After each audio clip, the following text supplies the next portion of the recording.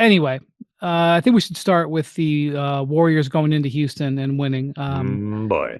That was a lowest scoring game for the Rockets this season, which I guess is not that surprising considering the way. But this series is going to be hand fighting. I didn't see this entire game because I was working the Cavs Heat post game. The Cavs were victorious by 20 over the Heat in game one here in Cleveland tonight. But the end of this game, I did watch most of the fourth quarter. The Rockets were in position to win this game, but they can't. They don't score great on an average day, but they had some possessions at the end of this game. In position to win the game feels slightly strong. Well, it was a 3-point game with 6 minutes to go. Is that not in position? Let's just look. I picked the Warriors to win the series, and there are two reasons there. Number one, they've got the two best players in the series, and that damn sure was the case tonight.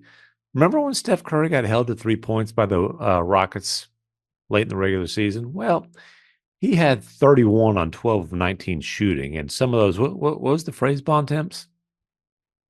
Kevin Harlan's line that on the one when he was falling into the seats on the side of the court and threw it in, that quote, geometrically that should not have happened, was an all-time great call from the great Kevin Harlan. And remember, I told you, Steph Curry's been haunting the Rockets in the playoffs for a generation now. It's a generation. Like he denied James Harden, that group, a chance to go to the finals, and he's haunting them still. Jimmy Butler also great tonight.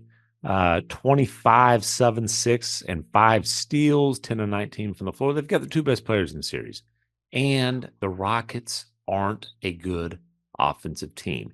They manage to be mediocre in terms of offensive rating just because they bully people on the glass so much. But today, Fred VanVleet, proven champion, critical to the Rockets, great leader. He was 4 of 19 and 2 of 13 from three. Jalen Green, their leading scorer, up and down, up and down. Can he be a star? That's a big TBD. Stunk it up tonight, 3 of 15. Only had 7 points. Amin Thompson. And some truly horrific possessions in the fourth quarter when they got back in the game. That's right. They had several chances, and they had awful possessions, including, I remember one where Jalen Green just went into the lane. I don't know what he was trying to do. I was surprised that he came back to him. He just threw the ball at the basket. It was very rough. Those two guys, I mean, as McMahon just laid out, those two guys were combined 7 for 34 from the field and 2 for 17 from three. And for a team that really needs to get out and run in transition, probably the most important stat of the game. They did have a bunch of points off turnovers, but fast break points, 16-4. Oh, by the way, that reminds me of a great stat. The Grizzlies did not have a fast break point until Marvin Bagley III hit a half-court heave at the end of the third quarter that counted as a fast break. That was a great stat. Fast break points are a flawed stat, and that's okay. Whatever. If the Grizzlies can't run, they're going to be on a fast break. They are a flawed stat. But coming into this series, everybody, we talked about it too, right? Houston was going to have to try to manufacture enough offense to win this series against a Golden State team that, since they traded for Jimmy Butler, has been the best defensive team in the league. And for the vast majority of this game, Houston looked completely lost on offense, couldn't get clean looks, couldn't get anything going. The only reason the game was competitive in the first half was Steph missed a bunch of open threes early. The Warriors missed a bunch of open shots early. They then start to build up a bit of a cushion. And the other thing we talked about coming in the series was, could Houston play the big lineups with Steven Adams and Alperen Şengün and even Jabari Smith? They ran out all three of them together at times and absolutely mash on the offensive glass, which they did. Rockets had a 42% offensive rebound rate in this game, which is crazy high. Those two big lineups worked that helped get them back in the game.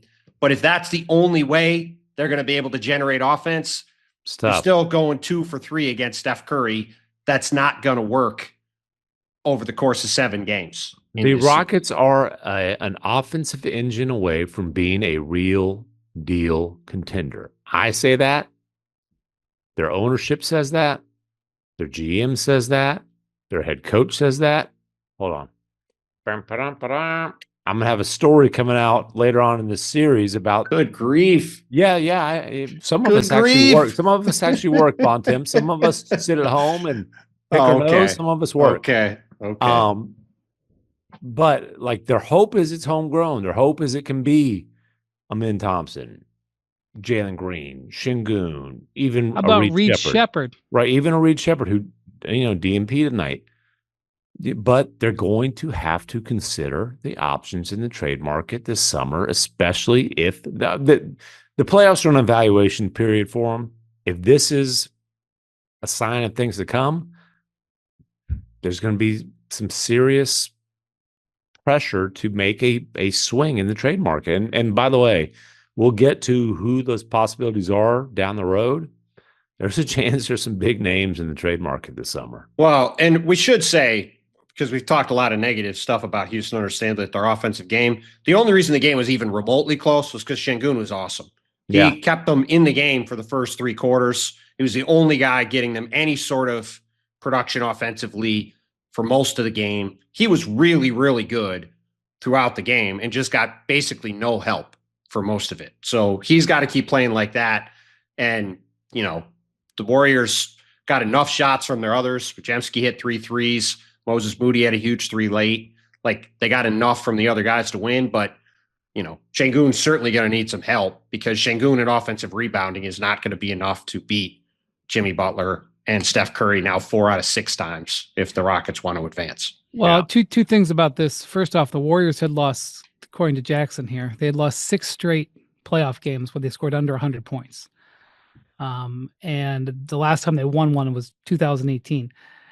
And, you talk about Curry having 31. This is an old school 31 out of 95. That's like, that's how LeBron and Allen Iverson used to roll. Like he scored a third of their points. And some of the shots, you mentioned the geometrically not supposed to happen one, but like that was one of like 3 or 4, just like, are you kidding me? Type of shot. I mean, he's freaking Steph Curry. This was a Steph, like vintage Steph type performance. Absolutely. Well, and he and Jimmy basically scored all their points. Those 2 guys had 56 points. The rest of the team had 39. The rest of the team was 14 for 38 from the field. The rest of the team was 6 for 20, 6 for what? 6 for 21 from 3. And Podziemski went 3 for 8. The rest of the team outside of that was 3 for 13. They didn't get a lot else, but they traded for Jimmy Butler, like we talked about after the play-in game, to show up in games like this, and those 2 guys got it done. How many did Kuminga have? Kuminga had 0 along with his minutes played. Oh, that's an interesting development. In the fourth, I don't think it's a development. It's been a trend at this point. Okay, it's an interesting recent trend. Sure. Yeah. In the fourth quarter of this game, which was obviously a rock fight, the Warriors still managed to go 11 of 22. And Jimmy Butler, 3 of 5. Steph, 2 of 5, but they were both threes. And that was pretty much the difference in the game. They were both threes that made you laugh out loud. Jalen, they sure were. And Podziemski, by the way, was the only other guy in double figures and had multiple really big plays late too. He was the one other consistent guy for Golden State tonight. You mentioned how Green and Van Vliet struggled shooting, but just to underline it, in the fourth quarter, 2 of 10. So.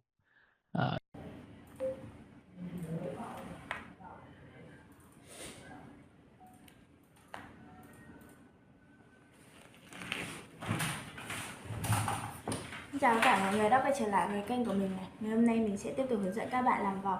Và hôm nay của mình sẽ có tiêu đề là con báo. Ngày hôm nay vòng của mình sẽ có tiêu đề là sư tử. Bây giờ mình bắt đầu làm nhé.